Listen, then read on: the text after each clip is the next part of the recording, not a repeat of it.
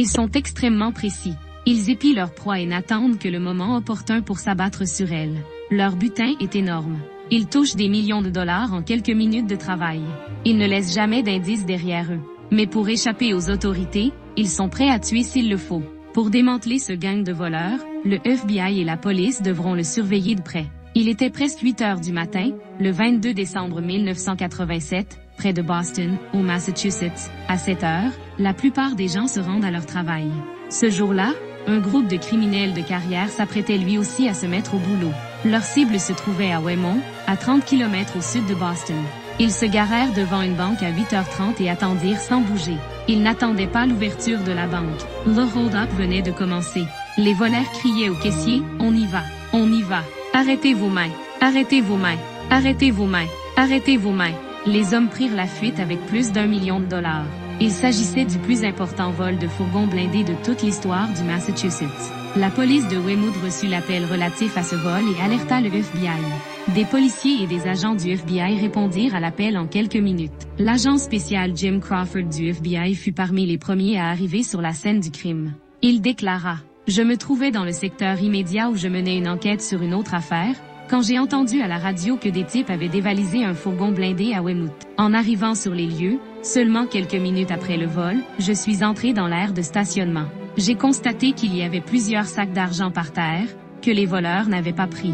C'est ce qui m'a frappé le plus en arrivant. » Pendant que les enquêteurs examinaient la scène du crime, ils apprirent qu'une camionnette bleue correspondant à la description du véhicule des voleurs était en flammes.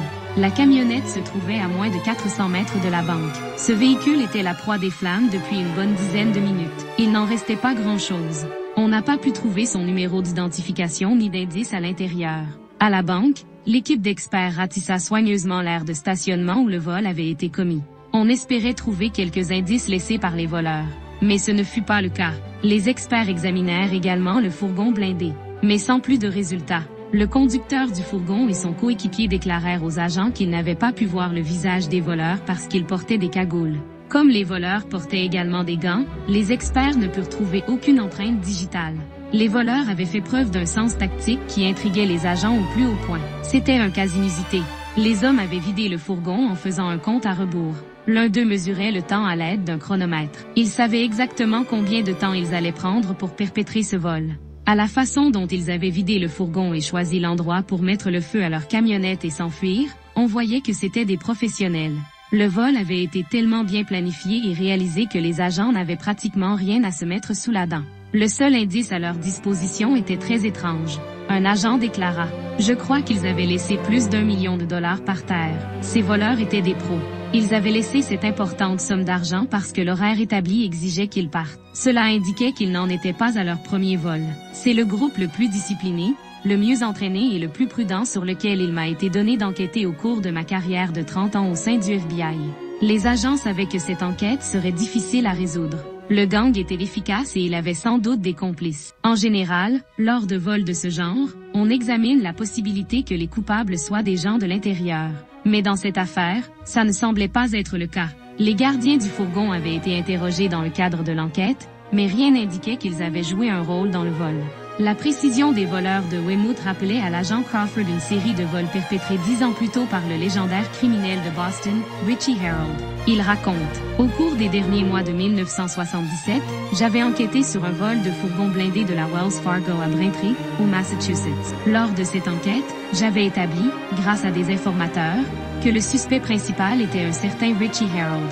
Dans les années 60 et 70, Richie Harold et son gang avaient été soupçonnés de plusieurs vols de fourgons blindés. On disait d'eux qu'ils commettaient des crimes parfaits. Même si on n'avait pas trouvé d'empreinte digitale à Weymouth, l'agent Crawford croyait que Richie Harold avait quelque chose à voir avec ce cas. La caractéristique commune entre le vol du fourgon de Weymouth et celui de la Wells Fargo à Braintree, c'était la limite de temps qu'ils s'étaient imposée. Ils ont pris le contrôle du fourgon de façon très professionnelle. Il n'y a pas eu de témoins. Et ils n'ont pas laissé le moindre indice. Mais Richie Harold ne pouvait pas avoir commis le vol de Weymouth. Il était mort.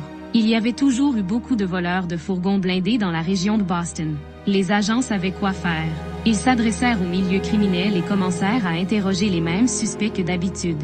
Dans les années 60 et 70, Charleston avait la réputation d'être le refuge de jeunes voleurs de banques et de fourgons blindés. Ils attaquaient souvent des camions ici dans les années 70. Plus tard, des voleurs mieux organisés ont commencé à voler des fourgons blindés dans les années 70 et 80. Pour élargir son champ de recherche, le FBI a mis sur pied un groupe d'intervention formé d'agents de la police d'État et du service de police de Boston. Ils jetèrent un immense filet sur la région et interrogèrent tous leurs informateurs. Un agent confie, « On dépend vraiment de nos contacts, des types qui connaissent bien le milieu pour aller dans la bonne direction. » Mais les contacts ne purent rien apprendre aux policiers. Malgré tous les efforts du groupe d'intervention, la piste des voleurs de Weymouth se termina en impasse. Le groupe d'intervention dut être dissous après un an de vaines recherches. Malgré tout, les enquêteurs croyaient qu'ils entendraient parler de ces voleurs à nouveau. L'un d'eux confie, « Je croyais que ces types recommenceraient parce qu'ils avaient réussi leur coup. Ils avaient mis la main sur une somme d'argent considérable et rien ne semblait indiquer que la police ou le FBI les surveillait. Ce n'était qu'une question de temps avant qu'ils ne commettent un autre vol. » Les agents s'inquiétaient toutefois que les voleurs ne se contenteraient pas de partir avec le butin quand ils recommenceraient. Les individus qui courent le risque de voler un fourgon blindé ont pour objectif de s'enfuir avec le butin, peu importe ce qu'ils devront faire pour y parvenir. Et cela inclut tuer des agents de police. Le 31 mai 1989, un an et demi après le vol de Weymouth, une banque de Fitchburg, à 100 km à l'est de Boston, fut attaquée. Les inquiétudes des agents allaient tragiquement se réaliser. Les voleurs prirent le contrôle du fourgon blindé en quelques secondes. Une fois de plus, les voleurs forcèrent le conducteur à se rendre derrière un centre commercial près de la banque. Ils agissaient exactement comme lors du dernier vol. Cette fois-ci, cependant, ils ne laissèrent que peu d'argent derrière eux. Le vol de fourgons blindés est plus lucratif que les braquages de banques, comme nous l'explique l'agent spécial Jim Crawford du FBI. Aujourd'hui, pour un vol de banque, les risques sont grands à cause des caméras de surveillance, des vitres antiballes et des sachets d'encre. En outre, les sommes volées ne sont pas très importantes. Mais quand ces types s'entraînent pour voler un fourgon blindé, ils savent que le butin en vaudra largement la peine. Ils utilisèrent une grenade fumigène afin que personne ne puisse les voir s'enfuir. Pendant que le gardien blessé du fourgon luttait pour survivre, la police se mit à la recherche des auteurs du crime. Les agents de la police d'État du Massachusetts, comme le sergent Richard Rand, tentèrent d'obtenir des descriptions des voleurs. Des gens avaient assisté au vol.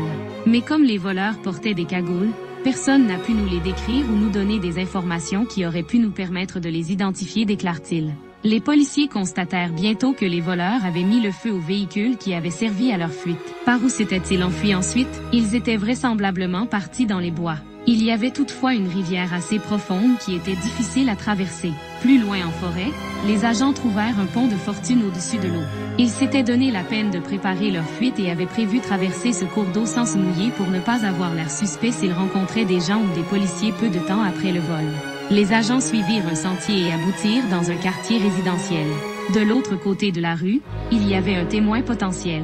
Les policiers apprirent que l'homme avait vu quelque chose seulement quelques minutes plus tôt. Celui-ci avait vu 3 hommes sortir des bois avec de grands sacs. Une voiture s'était alors approchée d'eux. Il n'avait pas pu voir les visages des hommes transportant les sacs, mais il avait vu celui du conducteur. Les policiers transmirent à toutes les unités de patrouille un bulletin spécial avec la description de la voiture et les 4 hommes à bord. Des pilotes d'hélicoptères se mirent à la recherche du véhicule. 40 minutes après le vol, les enquêteurs trouvèrent la voiture des voleurs à quelques kilomètres de la banque. Les voleurs l'avaient incendiée afin de détruire les indices. Mais contrairement à l'affaire Weymouth, certains effets n'avaient pas eu le temps de brûler comme une couverture, un sac de banque contenant de l'argent et un sachet d'encre qui aurait dû exploser au moment où les voleurs avaient ouvert le sac. À l'évidence, les voleurs avaient beaucoup d'expérience, car ils savaient comment ouvrir un sac d'argent sans faire exploser les sachets d'encre. Cette fois-ci, les flammes n'avaient pas détruit le numéro d'identification du véhicule. Normalement, la plaquette où se trouve ce numéro résiste au feu et on peut la voir à travers le pare-brise. La première chose que les policiers ont faite a été de vérifier ce numéro. Le véhicule avait été volé quelques mois plus tôt à Weymouth, au Massachusetts. Le FBI disposait finalement d'indices qui lui permettraient de se mettre à la poursuite des voleurs. Le 31 mai 1989, le FBI et la police enquêtaient sur le vol d'un fourgon blindé.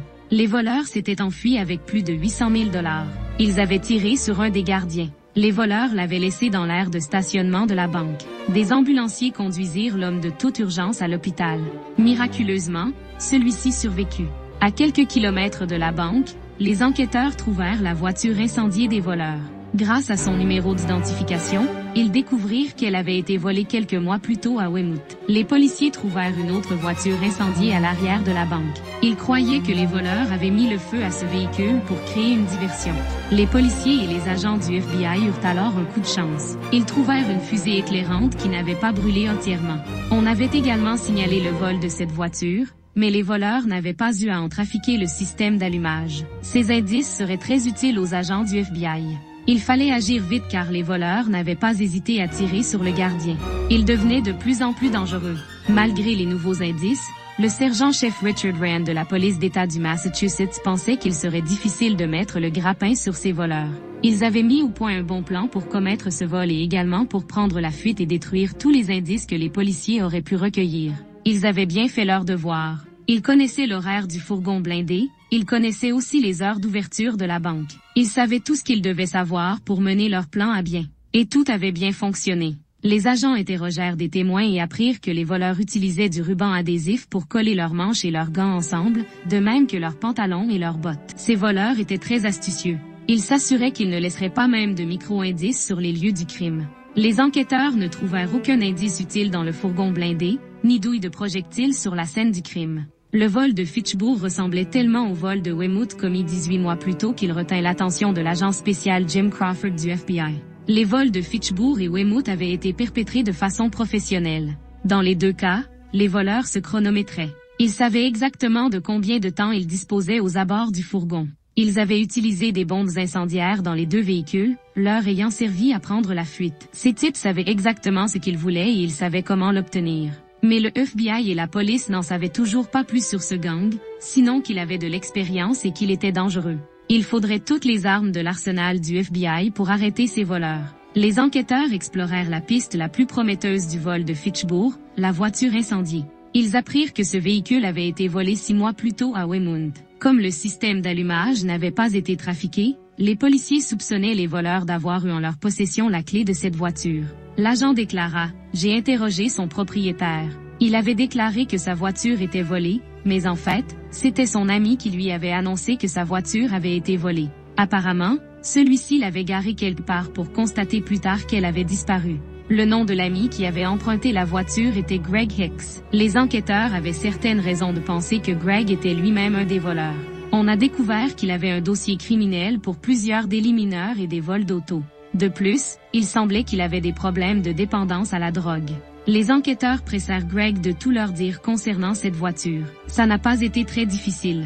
Après lui avoir parlé de la gravité du vol de fourgon et du fait qu'on avait tiré sur un gardien, il a compris. C'était des crimes graves et comme il était la dernière personne à avoir eu la voiture en sa possession, il pouvait avoir été mêlé au vol. Il a reconnu que la voiture n'avait effectivement pas été volée, mais qu'il l'avait empruntée, puis passée à quelqu'un. Ensuite, il était allé voir le propriétaire afin que celui-ci signale le vol aux autorités. Greg Hicks reconnut également qu'il avait volé la berline utilisée pour le vol de Fitchburg. Il ajouta qu'il avait donné ces deux voitures à un certain Carl Tucker le jour précédant le vol du fourgon blindé à Fitchburg. Les enquêteurs interrogèrent de nouveau leurs contacts du monde criminel, cette fois à propos de Carl Tucker. Personne ne le connaissait. Ils se tournèrent ensuite vers l'enquêteur chevronné Martin Coleman de la police de Boston. Ce Tucker était discret. On ne savait rien de lui. Il avait une entreprise de revêtement d'aluminium et de fenêtres à Boston. Il était propriétaire de l'immeuble. Mais son passe-temps consistait à voler des fourgons blindés et à recueillir des informations sur ces fourgons. Tout cela n'était pas suffisant pour faire subir un interrogatoire à Tucker. Il n'y avait aucun témoin des crimes et le suspect n'avait pas fait de déclaration compromettante. Tout ce dont on disposait, c'était les déclarations de Greg Hicks, selon lesquelles il aurait donné les véhicules volés à Tucker. Les agents prirent Tucker en filature pour en apprendre davantage sur lui. Selon des sources confidentielles, les auteurs de ces vols avaient l'habitude de fréquenter un bar de Boston. Les enquêteurs essayèrent de découvrir l'identité des complices de Tucker. Au bar, ils aperçurent Fred Rogan, déjà connu pour avoir commis des vols de banque. Rogan avait des liens avec un voleur que Crawford connaissait déjà fort bien. Crawford confie. J'avais entendu parler de Rogan dans les années 70. Il avait été soupçonné pour le vol de Braintree, pour lequel on soupçonnait également Richie Harold. J'avais fait des opérations de surveillance dans les années 70, et j'avais vu Richie le rencontrer. À une occasion, je crois, Je les avais aperçus en train de surveiller une banque de Quincy, au Massachusetts. Si Fred Rogan était mêlé aux 2 vols de fourgons blindés, cela expliquait pourquoi les voleurs avaient des plans si précis. Près de 2 ans après le vol de Weymouth et 2 mois après celui de Fitchburg, les agents disposaient enfin de suspects. La question maintenant était de savoir si les agents pourraient les arrêter avant qu'il ne soit trop tard. 2 vols de fourgons blindés, perpétrés à 16 mois d'écart, avaient permis à un gang de voleurs de mettre la main sur 1 800 000 $. Lors du premier vol commis le 22 décembre 1987, le gang n'avait laissé aucun indice derrière lui et emporté un butin de plus d'1 million $. Il s'agissait d'un des plus importants vols de l'histoire de la Nouvelle-Angleterre. Le second vol n'avait pas été aussi profitable et de plus, les voleurs avaient commis une erreur.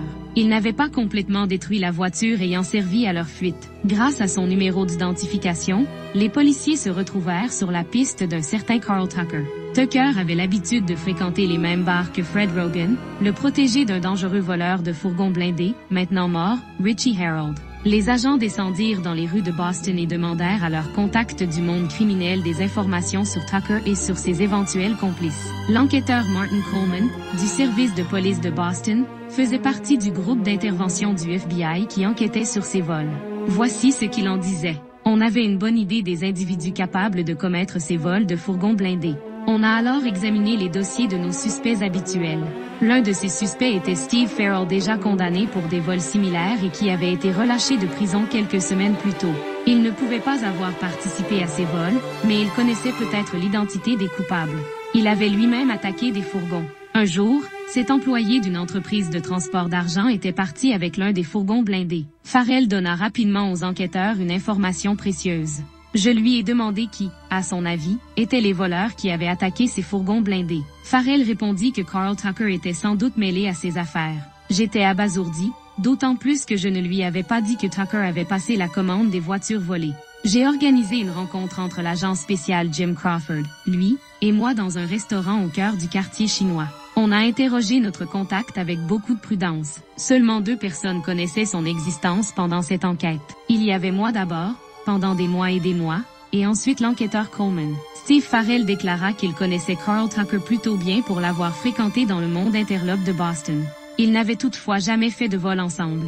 Il ajouta que dans la rue, on avait surnommé Tucker le roi, et qu'il blanchissait son argent par le biais d'entreprises en règle. L'aide de Farrell donna un gros coup de pouce à l'enquête. Ces informations étaient fiables, et il voulait faire arrêter le gang de voleurs. Il proposa même de travailler comme informateur pour le FBI afin de recueillir davantage d'informations sur Carl Tucker. Farrell expliqua que sa santé était fragile en raison de problèmes cardiaques et qu'il voulait se racheter pour ses crimes avant qu'il ne soit trop tard. Les enquêteurs étaient inquiets pour la sécurité de Farrell et ils l'informèrent qu'il devrait aller vivre ailleurs et être sous la protection de la police une fois l'enquête terminée. Malgré tout, Farrell était prêt à risquer sa vie. Il ne tarda pas à établir un contact avec Carl Tucker. Ils se connaissaient bien tous les deux.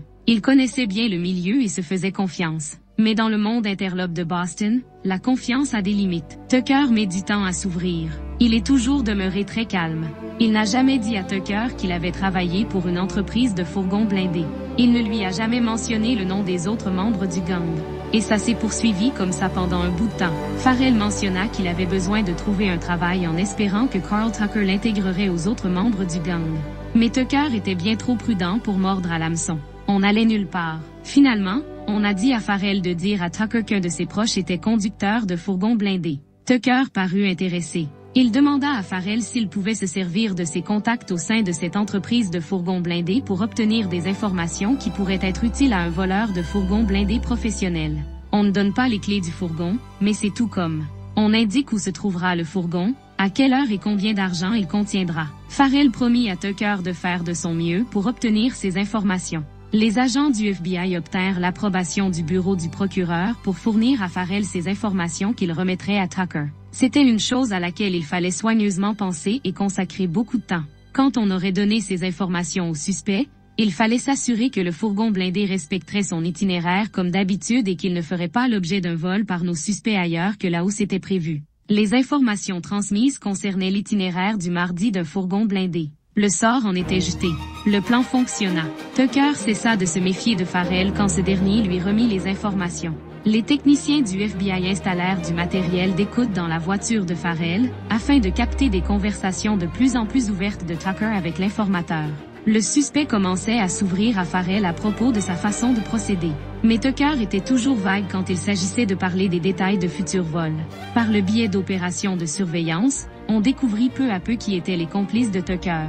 C'étaient des hommes bien connus du FBI, notamment James Murphy. James Murphy déclarait souvent qu'il savait tout des fourgons blindés. Il aimait se vanter. Il disait de lui qu'il était le meilleur voleur de fourgons blindés au pays. Un autre complice de Tucker était Michael Abicht. Michael Abicht était un criminel de carrière. Il avait été en prison pendant la majeure partie de sa vie. Il avait toujours une arme à feu sur lui. C'était un criminel violent et un voleur de fourgons blindés. Les enquêteurs savaient également que Fred Rogan était un vieux pro. Il avait à son actif plusieurs vols de banques et de fourgons blindés. C'était l'un de nos suspects habituels. Il vivait à 200 ou 300 mètres de la scène du vol de fourgon de Weymouth. Farrell était tout oreille, tout comme le FBI. Les agents avaient obtenu l'itinéraire d'une entreprise de transport d'argent qui avait accepté de participer à l'enquête. Une équipe de transport avait même accepté d'aider le groupe d'intervention. Les agents mirent les gardiens en garde. Un gang de voleurs de fourgons blindés avait en main leur itinéraire du mardi. Les agents les assurèrent toutefois qu'ils seraient protégés. On comptait placer un agent du FBI dans le fourgon blindé qui serait ciblé. Celui-ci devait assurer la sécurité des gardiens au cas où la situation tournerait mal ou au cas où quelque chose se produirait avant le moment prévu. Une équipe d'enquêteurs et d'agents suivrait également le fourgon blindé. Au cours des mois suivants, les agents virent les suspects surveiller le fourgon blindé. Tous les mardis, ils suivaient le fourgon et le chronométraient. Ils notaient son heure d'arrivée à un endroit et son heure de départ. Ils pouvaient également voir que les gardiens étaient toujours les mêmes. C'était intéressant de les voir à l'œuvre tout en évitant d'être nous-mêmes repérés. Les agents ignoraient toutefois quand les voleurs passeraient à l'action. Ils devaient travailler de longues heures pour rien. Chaque mardi, pendant des mois, on se mettait au boulot à 4 heures du matin et l'on attendait le départ du fourgon blindé. On le suivait alors pendant tout son itinéraire pour s'assurer que les voleurs ne le suivaient pas et qu'ils n'allaient pas l'attaquer au prochain arrêt. En juin 1990, à Mesuan, les agents du FBI et une équipe d'intervention se mirent au travail comme tous les autres mardis. Ils virent alors les suspects se préparer à attaquer. En juin 1990, à Mesuan, au Massachusetts, une escouade du FBI surveillait un gang de dangereux voleurs de fourgons blindés. Le gang avait passé plusieurs mois à surveiller le fourgon. Les agents ne savaient jamais si les suspects ne faisaient que faire une répétition générale de leur vol ou s'ils se préparaient vraiment à attaquer. À une banque de Mesuan, le gang passa à l'action. Leur véhicule s'est beaucoup rapproché du fourgon blindé. En voyant ça, nos hommes les ont suivis par précaution. Mais les membres de l'escouade et l'agent spécial Jim Crawford ne tardèrent pas à découvrir qu'il ne s'agissait là que d'une autre répétition. La sécurité des gardiens avait un prix. Carl Tucker, le suspect principal, pouvait découvrir qu'il était surveillé. Le FBI disposait d'un informateur, un ex-prisonnier qui s'appelait Steve Farrell. Celui-ci avait gagné la confiance de Carl Tucker. Grâce au matériel d'écoute installé dans la voiture de Farrell, les agents apprirent que Tucker avait été ébranlé par ceux qui s'étaient passés à Mesuan. Il a dit qu'il avait l'impression qu'il s'agissait d'un piège. Il a blâmé notre informateur d'avoir parlé à quelqu'un de leur plan. Notre informateur a répliqué: « Qui te dit que ce n'est pas quelqu'un d'autre qui a parlé ?» Farrell ajouta qu'il ne pourrait pas travailler avec Tucker si celui-ci ne lui faisait pas confiance. Tucker se calma et déclara plus tard à Farrell que son équipe et lui commettrait plutôt le vol à une banque d'Abington. Grâce aux informations et à la disposition des voleurs, il savait exactement à quelle heure le fourgon blindé arriverait et quitterait Abington et quel montant d'argent il contiendrait. En quittant Abington, le fourgon blindé contiendrait 2 millions de dollars. Au cours des mois suivants, l'escouade du FBI vit Tucker et ses hommes surveiller le fourgon blindé alors qu'il livrait de l'argent à la banque d'Abington. Les longues heures de travail du mardi étaient un poids pour les enquêteurs et sur les ressources disponibles. On exerçait beaucoup de pression sur nous parce que tous les mardis, la moitié des agents du bureau de Boston travaillaient sur cette affaire. Il y avait l'équipe de surveillance, l'unité SWAT et l'avion. On travaillait tous là-dessus. Préoccupés par la fatigue de leurs hommes et par les dépenses engendrées pour la surveillance des voleurs, les agents demandèrent à leur informateur de dire à Carl Tucker que la succursale de la banque à Abington devait fermer ses portes et que le 9 janvier, le fourgon blindé y recueillerait une dernière somme d'argent assez importante. On lui a attendu cet appât, un bel appât en or. La banque allait fermer et c'était le moment ou jamais de commettre ce vol. Les agents apprirent que Carl Tucker prévoyait une répétition le 9 janvier 1991. Mais cette répétition allait sans doute être un vol. Ils surveillèrent les membres du gang de Tucker dès les premières heures du 9 janvier. Ils remarquèrent qu'ils étaient déjà actifs avant l'aube, ce qui laissait présumer qu'ils ne se contenteraient pas de faire une répétition. On les a vus transporter des sacs qui, selon nous, contenaient des armes, à en juger par la façon dont ils les manipulaient. On croyait qu'ils allaient enfin passer à l'action et commettre ce vol. Les suspects arrivèrent quelques heures avant l'arrivée prévue du fourgon blindé. Ils surveillèrent les lieux. Ils ignoraient qu'ils n'étaient pas seuls. Les membres de l'escouade spéciale du FBI s'y trouvaient aussi. Les agents identifiaient rapidement les quelques véhicules des suspects. Il y avait notamment une camionnette. L'équipe d'intervention s'attendait à ce que le fourgon blindé soit attaqué dès son arrivée. L'arrestation de ces types présentait de gros risques. On savait qu'ils seraient armés si on se fiait à leur vol précédent. Mais à 10h30, le fourgon blindé n'était toujours pas arrivé. Il était en retard sur son horaire, ce qui est rare dans cette industrie. Les voleurs étaient autant sur le qui-vive que les agents. Les voleurs constatèrent alors qu'ils étaient surveillés et ils tentèrent de s'enfuir. Les agents décidèrent de les arrêter. L'escouade spéciale cerna les véhicules des suspects simultanément. Les agents savaient qu'ils étaient à bord du véhicule, mais ils ignoraient s'ils étaient armés. Ils devaient être prudents. Carl Tucker fut arrêté de même que 2 Irlandais, Michael McNair et Stephen Fitzpatrick. Quant au vieux pro, Fred Rogan, il surveillait les lieux près d'une camionnette. Il tenta de quitter les lieux en faisant mine d'être un client de la banque. Mais son stratagème ne fonctionna pas. Dans les voitures des voleurs, les enquêteurs trouvèrent plusieurs objets qui démontraient que les suspects s'apprêtaient à commettre un vol. Des cagoules, des radios à balayage de fréquence et des grenades fumigènes. La camionnette contenait un arsenal assez important pour mener une petite guerre. Le fourgon blindé arriva finalement avec près d'une demi-heure de retard. Les agents demandèrent aux gardiens de leur expliquer ce retard important. Ils ont dit on a été arrêté pour excès de vitesse par la police d'État. J'ai demandé qu'avez-vous dit au patrouilleur? On lui a dit qu'on allait se faire voler et que le FBI nous attendait. Le patrouilleur ne les a pas crus et il leur a donné une contravention. Finalement, tous les participants à la tentative de vol de fourgon blindé à Abington furent reconnus coupables. Michael Abish écopait de 19 ans de prison. Le plus vieux du gang, Fred Rogan, eut droit à 10 ans et demi de prison tout comme les Irlandais Michael McNair et Stephen Fitzpatrick. Quant à Carl Tucker, il fut condamné à 19 ans de prison. James Murphy était le seul suspect relié au vol de Fitchburg. Un témoin l'avait vu au volant de la voiture ayant servi à la fuite du gang. Murphy contesta les inculpations et il écopa d'une peine de 65 ans. C'étaient des criminels jusqu'à la moelle. Ils vivaient une vie de criminels et avaient tous commis plusieurs crimes. Ils n'avaient jamais cessé leurs activités. Je crois qu'ils ont arrêté maintenant parce qu'il n'y a pas eu d'autres vols de fourgons blindés. Le principal informateur du FBI, Steve Farrell, a fourni des témoignages à Jacques Lablanc qui ont aidé à faire condamner les voleurs. Je dirais que notre informateur s'est racheté. Et j'ajouterais qu'il a vraiment risqué sa vie pour nous. Les enquêteurs du FBI n'ont jamais pu faire comparaître les voleurs pour l'affaire de Weymouth. Mais si ce sont les voleurs d'Abington qui ont perpétré ce crime, ils en paieront le prix. Car ils devront passer au moins 10 ans derrière les barreaux.